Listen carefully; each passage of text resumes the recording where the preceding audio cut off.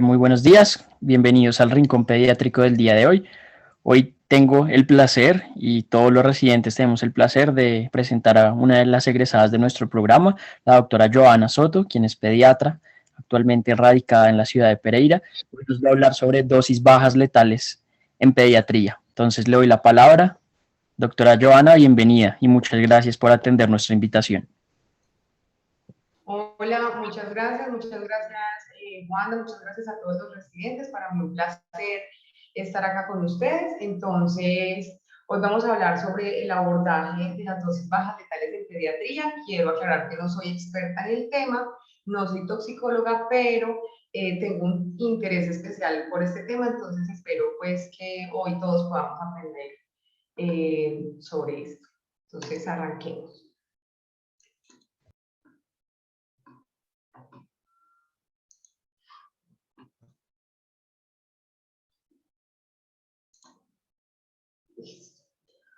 Bueno, entonces, sobre las dosis bajas letales en pediatría se empezó a hablar desde 1993 y ya pues a medida que vayamos avanzando vamos a entender qué queremos decir con esto. Entonces, en el 93 el doctor Corín describió y encontró que habían dosis únicas de medicamentos que con solo una tableta podían tener un desenlace fatal en pacientes menores de 10 kilogramos. Y se empezó a utilizar el eslogan One or Two Pill Can Kill. En el 2004, estos medicamentos pasaron a ser de 10 a 27 medicamentos y en el 2018 ya la lista aumentó a 51 medicamentos que estaban en 10 grupos, uno de esos misceláneo. Entonces, ¿por qué está sucediendo esto? En la búsqueda de las dosis únicas diarias para adultos para mejorar la adherencia, tratamiento de ellos, para que no tengan que tomar medicamentos cada 8, cada 12 horas, sino una tableta al día, por ejemplo, pues se aumenta el riesgo de las dosis fatales para niños. ¿Cuál es la definición? Son grupos de sustancias de uso común que al ser digeridas por un lactante, aún en cantidades mínimas, como una tableta, un sorbo o una cucharada, pueden causarle la muerte, ya sea porque son altamente tóxicas o porque se encuentran en una gran concentración, generando esto exposiciones potencialmente letales en los niños. Todas estas dosis que vamos a hablar, todos estos medicamentos, se han definido para niños menores de 10 kilogramos. Y si nos vamos al tamizaje nutricional, los niños que tienen un peso menor de 2 kilos son aquellos de 10 kilos, perdón, son aquellos que son menores de 2 años. Esto sin tener en cuenta los niños que están con riesgo de desnutrición o en desnutrición. ¿Por qué ellos están tan expuestos a las intoxicaciones? Entonces, primero, pues porque no conocen el potencial tóxico de estas sustancias, por su peso y por pues su peso logra que las concentraciones sean altamente tóxicas pues de manera muy fácil, su actitud exploradora, el error que cometemos los adultos de consumir nuestros medicamentos frente a los niños, pues eso hace que ellos piensen que es una práctica común y los pueden confundir con dulces, y las presentaciones de los medicamentos. Aunque existe una regulación para que los medicamentos vengan con sellos de seguridad, no todo lo hacen y por eso las presentaciones pueden ser muy llamativas y eso pues ellos lo van a confundir. Además, en algunos hogares pues se tiene la práctica de reenvasar productos en botellas que para los niños son familiares y pues eso aumenta el riesgo de intoxicación.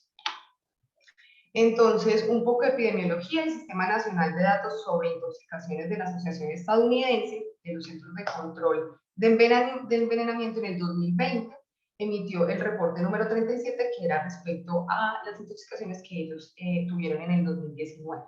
Encontraron que en el 2019 hubo 2.148.141 reportes de intoxicaciones en humanos, de los cuales el 31.2% eran niños en menores de 2 años y el 42% si nos subimos hasta la edad de 5 años. Y hubo 11 muertes en menores de 2 años y si nos subimos a los 5 años hubo 13 muertes. En Colombia, en el periodo epidemiológico número 2 del 2021 se han reportado 4.914 casos, de los cuales los que no son intoxicaciones con fines con intencionalidad suicida por exposición a medicamentos han sido 556, por exposición a sustancias químicas 412 y por metanol 42.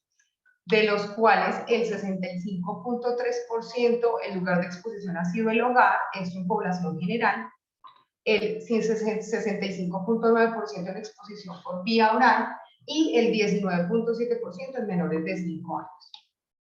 Esto fue un reporte del 2019 que es un poquito más desglosado por edades. Entonces tenemos que para el segundo semestre del 2019 hubo 3.784 casos de intoxicaciones menores de 5 años, de los cuales ellos representaban el 16.7%. Y como vemos en esta primera línea, entonces la mayor causa de intoxicación en niños fue accidental, y luego nos aclaraban que de los 0 a los 5 años, pues las intoxicaciones eran por sustancias nombradas como otras sustancias y por medicamentos. Igual que en los niños entre 6 a 11 años, pues que no es nuestra población objetivo en esta charla, pero pues también resaltar que ellos también, pues un grupo alto de tóxicos fueron los medicamentos. ¿Cuáles son los escenarios de errores terapéuticos más descritos para la intoxicación por medicamentos? Entonces acá tenemos la primera columna, la N es la población total, y la segunda columna es lo que representan los menores de 5 años en esa población. Entonces, por ejemplo, la dosis incorrecta es el 30.4% de la población que se intoxicaron por dosis incorrecta, el 30.4% fueron niños menores de 5 años. En la unidad de medidas confusas, el 57.11%, en la formulación o concentración incorrecta, el 49.5%, el error en el vaso dispensador el 67%, y la formulación incorrecta o concentración dispensada, el 56.4%. Y esta es la lista que nos reporta pues en el 2020 la Asociación de los Estados Unidos, y esta es la lista de las intoxicaciones fatales en niños. Entonces, por analgésicos murieron 3 niños, por antihistamínicos 2, por estimulantes y drogas ilegales 2, tabaco y nicotina 2, antipsicóticos 1 y alcoholes 1. ¿Por qué resalto en rojo estos últimos 3? Porque son de los productos que están descritos como medicamentos o sustancias que tienen dosis bajas letales. Entonces, pues todo esto se ha descrito en varios países. Por ejemplo, en Australia hablan sobre el Small Dose Big Potion. Esta es la lista del doctor Coren, que él la actualiza, pues la última actualización fue el 2018. Y en México empezaron a usar el acrónimo que es Chamacón. Entonces ellos con este acrónimo, lo que pues su intención es lograr que los grupos de medicamentos que tienen bajas dosis letales, pues sean más fáciles de recordar. Entonces, esta es la lista del doctor Coren, publicada en el 2019, la lista realizada en el 2018, y lo que nos muestra esta lista es, la primera columna nos habla de los grupos de medicamentos con los medicamentos desglosados, la segunda columna, la dosis mínima potencialmente fatal por kilogramo de peso, la tercera columna nos muestra la presentación máxima pues que se puede, pues que se utiliza en Canadá. La cuarta columna nos dice cuántas tabletas debe tomar un niño menor de 10 kilos para poder tener la concentración fatal. Y la quinta columna es una columna construida donde pues encontré como cuál es la dosis máxima o la concentración máxima del medicamento distribuido en Colombia, y los que están encerrados en línea azul son los que logran tener la misma concentración distribuida en Canadá o incluso mayor. Entonces, esta primera es de antidepresivos, antipsicóticos y antimaláricos. ¿Qué tenemos? Que tenemos en los antipsicóticos como la clorpromacina, la ciprasidona y la clozapina, nosotros logramos tener presentaciones que con 1 o 2 tabletas el niño puede tener un desenlace fatal. En los antimaláricos, la hidroxicloroquina. En esta segunda lista, los antiarrítmicos, beta-bloqueadores, calcio antagonistas, opioides, hipoglicemiantes y antiplaquetarios. Entonces tenemos acá la ivabradina, la propafenona, tenemos la metadona, la morfina, y tenemos los hipoglicemiantes orales en concentraciones potencialmente fatales. Y en esta tenemos los medicamentos para esclerosis múltiple, las imidazolinas y el alcanfor. También, bueno, acá no se nos quedó el clopidogrel, el rivaloxaban y el dabigatran de la lista anterior. Tenemos la pregabalina, el sildenafil, y el alcanfor, también en presentaciones pues riesgosas. Esta lista es la lista presentada por México, que es donde utilizan el acrónimo Chamacón. Entonces lo que ellos nos quieren decir, la C la utilizan para cloroquina y antimaláricos, la H para los hipoglicemiantes orales, la A para los antihipertensivos, antiarrítmicos, antidepresivos cítricos y los antipsicóticos, la M para metanol y para el etilenglicol, la A para el alcanfor, la C para los compuestos imidazólicos, y la O para opioides y la N para nicotina. La nicotina no es mencionada en la lista del doctor Corino. Entonces, tenemos igual, pues esta lista también acá nos muestran los grupos, los medicamentos, las dosis letales y la dosis máxima disponible en México, y en azul está redondeada las dosis máximas disponibles en Colombia. Entonces, una vez conociendo cuáles son los grupos de medicamentos que pueden generar con una o dos tabletas, una o dos cucharadas, un desenlace fatal en pediatría, vamos a hablar sobre cómo debería ser el abordaje de estos niños que nos lleguen con un cuadro sospechoso de intoxicación por estos grupos de medicamentos. Entonces, pues lo primero siempre es sospechar ante el cuadro clínico. Si sospecho una intoxicación, siempre sospechar que el niño pudo haber tenido contacto con uno de estos medicamentos, tratar de identificar el tóxico y nunca suponer que porque fue por una tableta o por un sorbo, pues el niño no está en riesgo.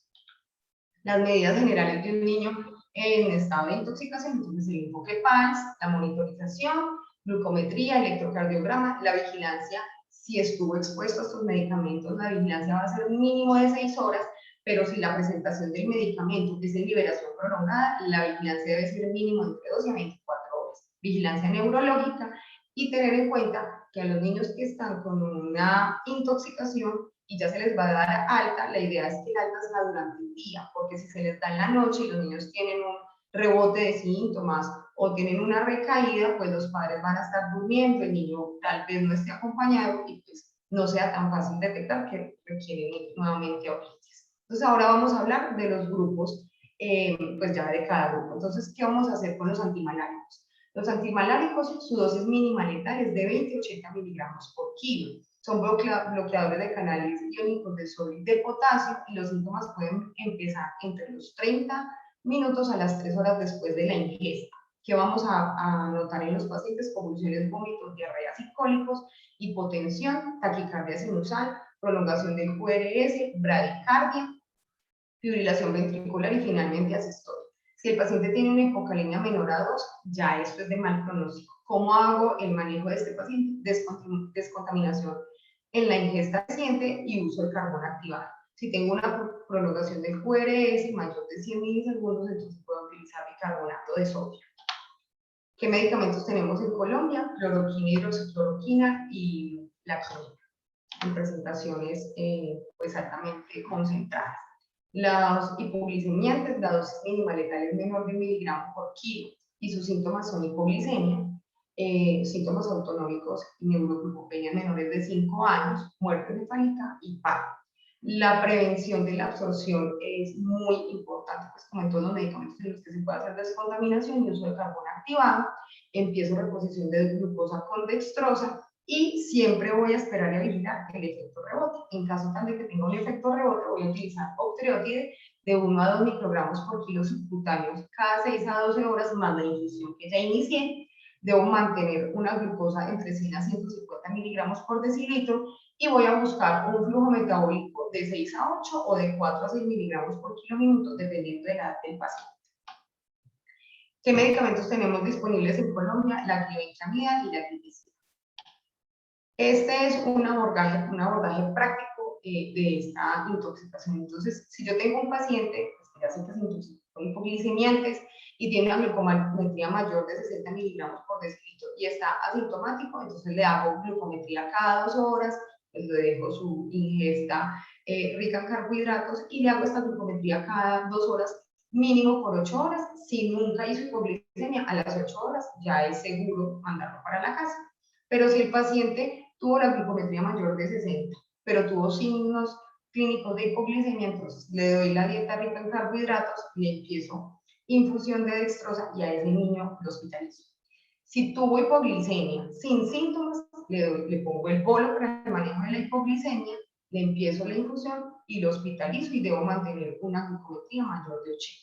Pero si además tuvo hipoglicemia y esa hipoglicemia es refractaria, entonces le pongo el bolo, empiezo la infusión de dextrosa y empiezo a utilizar el octreotide con las dosis ya mencionadas y voy evaluando la necesidad de utilizar glucagón y la hospitalización en unidad de cuidado intensivo. Respecto a los bloqueadores, beta-bloqueadores y calcio antagonistas, la dosis mínima letal es de 15 a 20 miligramos por kilo. Entonces tenemos que los calcio antagonistas bloquean los canales de calcio y afectan la contracción cardíaca, y los beta-bloqueadores son competitivos y bloquean el receptor beta. Los síntomas son tan rápidos como 1 a 3 horas posterior a la ingesta o tan lentos como 14 horas después del consumo de una tableta de liberación prolongada. Hipotensión, bloqueo auriculoventricular, prolongación del QRS y del QT, depresión del ST, inversión de la onda P, convulsiones, depresión respiratoria y asistolia. Recordemos que los beta-bloqueadores van a producir hipoglicemia y los calcioantagonistas nos van a aumentar la glicemia. Entonces, manejo para los dos grupos, descontaminación y carbón activado. Si el medicamento es de liberación prolongada y el paciente tiene peristaltismo, entonces voy a empezar PEC, voy a diluir 17 gramos en 1 litro de solución salina a nuestros pacientes pues, que son menores de 6 años en este enfoque de hoy. Entonces le voy a administrar 500 cc por hora de esta dilución. Voy a empezar infusión de glucosa e insulina, 0.5 a 1 gramo de glucosa por kilo hora, más 0.5 a 1 unidad por kilo hora de la insulina, para mantener una glucometría entre 100, más o menos 100 miligramos por decilitro o mayor. Y en caso tal de que el paciente esté refractario a todo este manejo, voy a poner infusión lipídica, que ya les voy a explicar cómo se hace. Y ya el manejo específico de calcio antagonistas y beta bloqueadores, tenemos que si la intoxicación fue por calcio antagonistas, voy a utilizar calcio de 10 a 20 miligramos por kilo cada 5 a 10 minutos y luego una infusión de 20 a 50 miligramos por kilo hora. Azul de metileno si fue por amlodipino, y voy a utilizar L-carnitina para disminuir la resistencia a la insulina que estos medicamentos me van a producir. Y si son beta bloqueadores, entonces voy a utilizar glucagón, un bolo de 50 microgramos por kilo y luego una infusión continua. ¿Qué medicamentos tenemos? Nifedipino, verapamil, diltiazem, propranolol. Antidepresivos tricíclicos, dosis mínima letal de 15 miligramos por kilo, bloquea la recaptura de la noradrenalina, dopamina y serotonina en las terminales nerviosas. Síntomas de 1 a 3 horas posterior a la ingesta, somnolencia y síndrome anticolinérgico y pues un perfil toxicológico positivo. Hipertensión, hipotensión sostenida, arritmias ventriculares, prolongación del QRS, somnolencia, coma y convulsión son las cosas que voy a esperar por la intoxicación de estos medicamentos.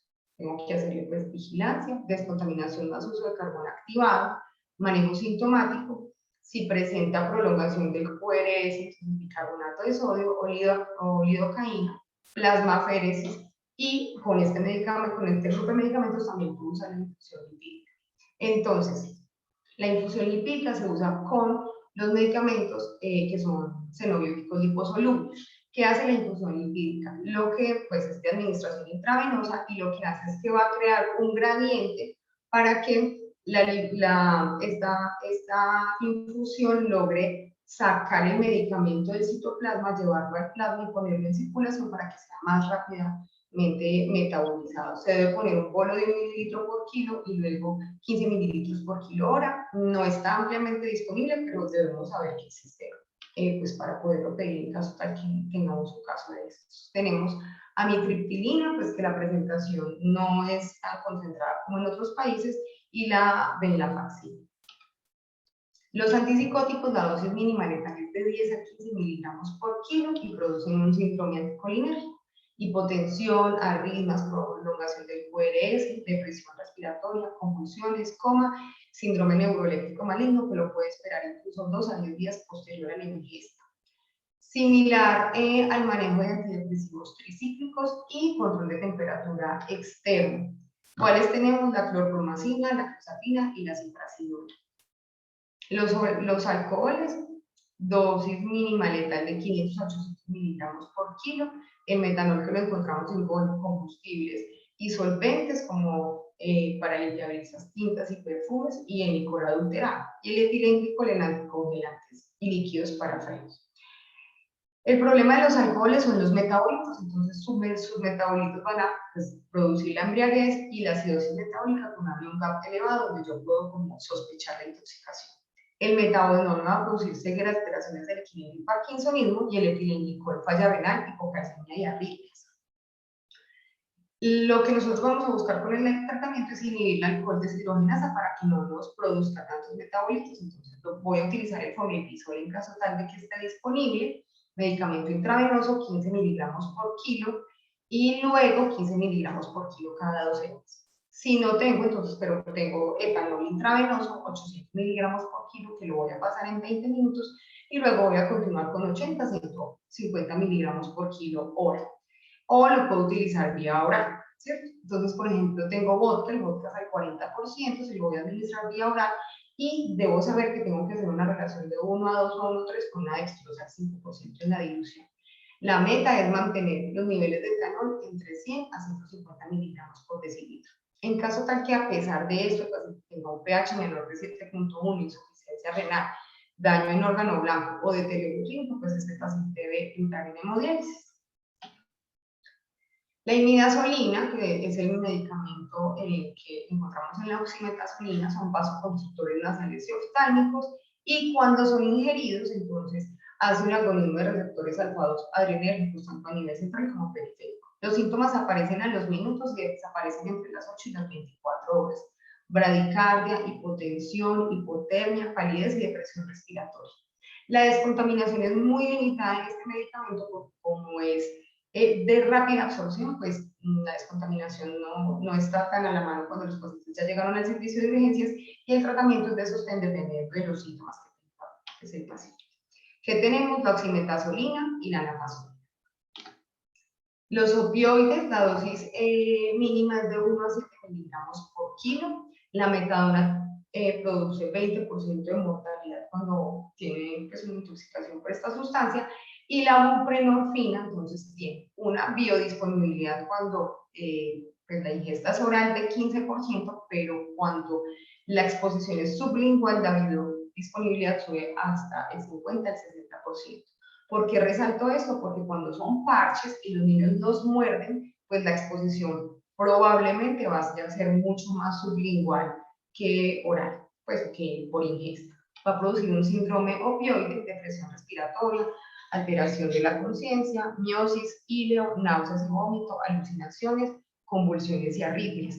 Descontaminación gástrica más carbón activado, siempre verificando que el paciente sí tenga tránsito intestinal, y pues utilizando también el antídoto que es la naloxona. Recordemos que pues, la naloxona es un antagonista opioide, su función es restablecer la función ventilatoria. Vienen en ampollas de 0.4 miligramos por un cc y se va a administrar así, una dosis de carga de 0.01 miligramos por kilo, que puede repetirse pues si vemos que no fue eficaz, y se puede utilizar hasta 0.1 miligramos por kilo. La acción va a durar de 2 a 3 horas, o sea que ese paciente necesita vigilancia estrecha, y puede ser necesario que ese paciente necesite una infusión continua de naloxona. Con respecto a los opioides, entonces la FDA en el 2018, en la División de Prevención de Errores y Análisis de Medicamentos, publicó que se habían ya descrito 26 casos de exposición accidental desde 1997 a opioides en la mayoría de niños de menores de 12 años, y se había desencadenado 10 muertes pues productos de esta exposición. ¿Por qué se produce la exposición o qué es lo que describe? Cuando se usan los parches opioides, pues los pacientes al cambiar el parche lo desechan, pero como tiene un adhesivo que es llamativo para los niños van al cesto de la basura, lo sacan, los muerden, se los pegan, y pues el parche todavía puede tener medicamento. Y por ejemplo, entonces acá en esta imagen que les puse acá a la derecha, Transtec, que es buprenorfina, entonces tiene una concentración de 20 miligramos en 25 centímetros de parche, ¿sí? Y liberan 35 microgramos por hora de medicamento. Entonces, si un niño encuentra esos parches nuevos y se los pega en el cuerpo, pues es probable que alcance la dosis fatal rápidamente. Entonces, hacer como un llamado muy especial a esto. ¿Cuáles tenemos nosotros? Pues aparte de la buprenorfina, metadona y morfina, en concentraciones que pueden ser fatales para los niños. El alcanfor, dosis mínima letal de 100 miligramos por kilo, una sustancia conocida por muchos de nosotros. A muchos de nosotros intentaron calmarnos síntomas respiratorios o han intentado, porque todavía se utiliza con esta sustancia. Entonces es sintetizado a partir de la trementina y hace un agonismo irreversible con el receptor valinor. Los síntomas pueden empezar entre 5 a 90 minutos, pero hasta 24 horas después de la exposición. Es un irritativo local, produce calor y ansiedad, sensación de debilidad, cefalea y vértigo, mioclonías e hiperreflexia, olor a acre, estatus convulsivo y finalmente edema cerebral. Las medidas son de soporte y hacer un lavado gástrico si estoy ante un consumo de gran cantidad de la sustancia.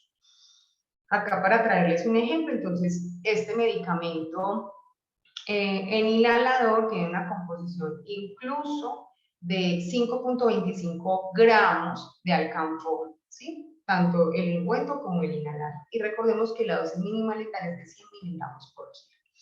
Aunque cuando lo exponen pues para la venta dicen que debe usarse en mayores de 6 años, pues a muchos de nosotros nos aplicaron ese medicamento o usaron esta sustancia teniendo menor edad. Y pues además dice que la inhalación debe ser tan a menudo como sea necesaria, aunque también ponen un máximo de 8 inhalaciones al día. Estos son 3 casos clínicos que son pues reportados en el 2002, el otro en una página de madres, donde pues, pero cuando uno los lee, ve que son situaciones que probablemente sigan siendo muy comunes. Entonces, en el primero aplicaron una pastilla de alcanfor en el cuello del niño, se quedó ahí desde el mes de vida, pues le pusieron esa pastillita ahí, se la dejaron ahí por 15 días. Luego a los 15 días pues notaron que no tenía alteración del estado de conciencia, pero cuando reinterrogaron a la madre, aparte de poner la pastillita del alcanfor, además estaba haciendo pues como masajes con pomadas alcanforadas. El segundo caso, le estaban aplicando pomada alcanforada, pero pues el niño no mejoraba de su ronquera del pecho, entonces la mamá le dio a consumir la sustancia, dosis no específica, y pues esto fue 4 días antes del ingreso. Pues los pacientes fallecieron. Y este último fue un post en una página de madres, se murió una bebé porque los padres dejaron su aceite para hacer masajes a base de pues, esta sustancia alcanforada, y pues como tiene un olor llamativo, la bebé vivió y también falleció.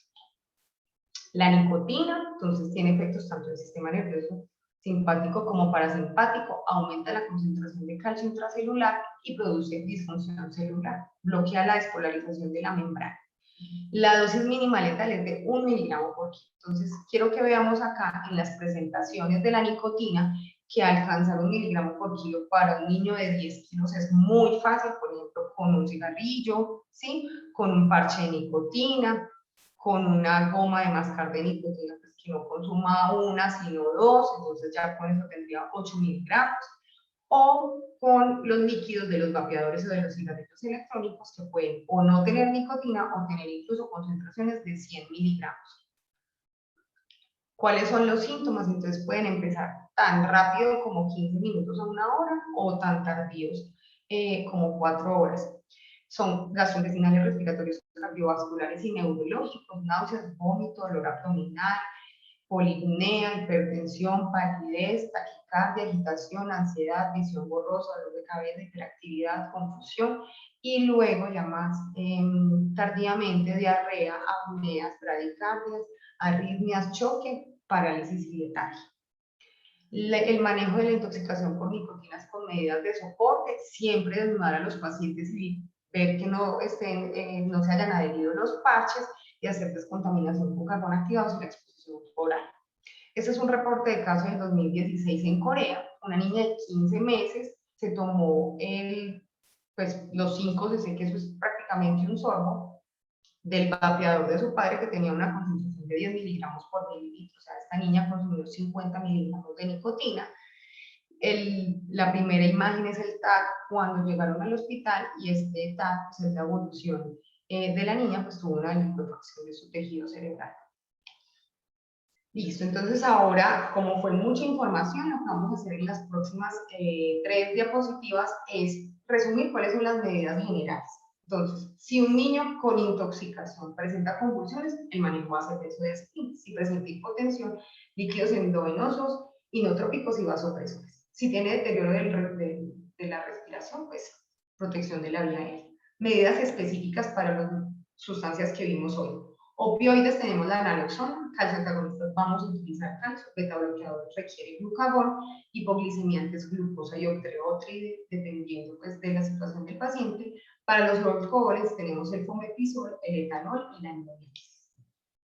Y medidas comunes por grupos de medicamentos. ¿A quiénes les sirve la descontaminación del carbón activado? A los antimaláricos, a los antipsicóticos, a los calcio antagonistas, beta bloqueadores, hipoglicemiantes y a la nicotina. ¿A quiénes o en quiénes voy a pensar que tal vez voy a requerir bicarbonato de sodio? Entonces, antipsicóticos, antidepresivos tricíclicos y antimaláricos, porque posiblemente me prolonguen el QRS a más de 100 milisegundos y voy a utilizar un mil equivalente por kilo hora en infusión continua, buscando tener un pH entre 7,5 y 7,55. La infusión lipídica para los medicamentos que son xenobióticos liposolubles, como antidepresivos tricíclicos, antipsicóticos, calcio antagonistas y beta bloqueadores, bolos de 1 mililitro por kilo, y continúa en una infusión continua de 15 miligramos por kilo hora.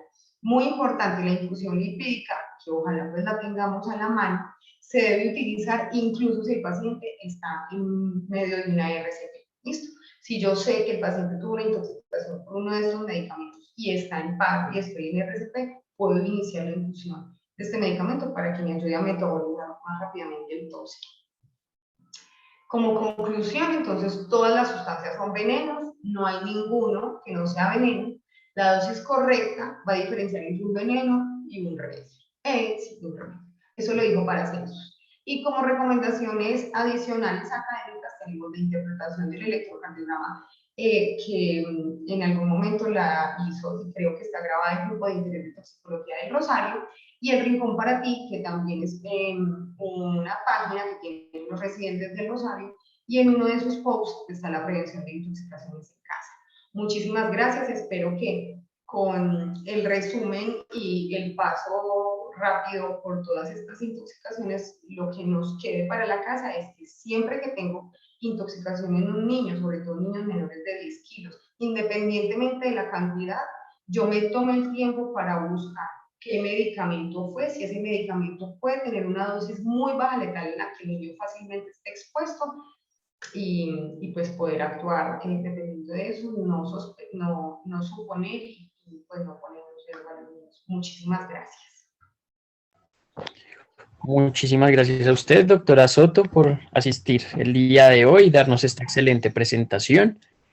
En este momento no tenemos como tal más preguntas. En caso de que haya alguna, pues se la haremos llegar. Muchas gracias por asistir el día de hoy. A ustedes muchísimas gracias por invitarme. Para mí un placer estar con ustedes. Gracias, que tenga buen día. Gracias.